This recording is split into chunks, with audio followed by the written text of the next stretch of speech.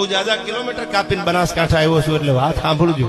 પછી તમને ગમે ગીતો છંદો બધી વાતો અહીંથી કરીશ, પણ થોડોક ઇતિહાસ જેના સાનિધ્યમાં હું તમે બેઠા છી, જેના એક જબરદસ્ત મંદિરના નેજા નીચે હું તમે બેઠા છી,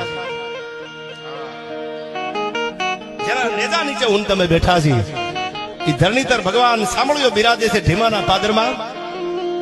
અને એથી આગળ કહું તમને, બે ડગલા બાજુમાં ઢીમણનાથ બિરાજે છે. આજ પણ તેનું શિખરબંધ મંદિર આપને જેની ધજાયું આપે ફડાકા મારે છે.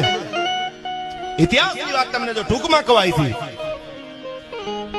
તો ઇતિહાસ એવો છે ઢીમાના પાદરમાં ધરણીધર ભગવાન શું કામ ક્યારે આવ્યા?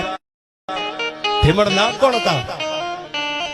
તો સાહેબ ઢેમણ મહારાજ જેની પૂજા કરતા, જેની અર્ચના કરતા.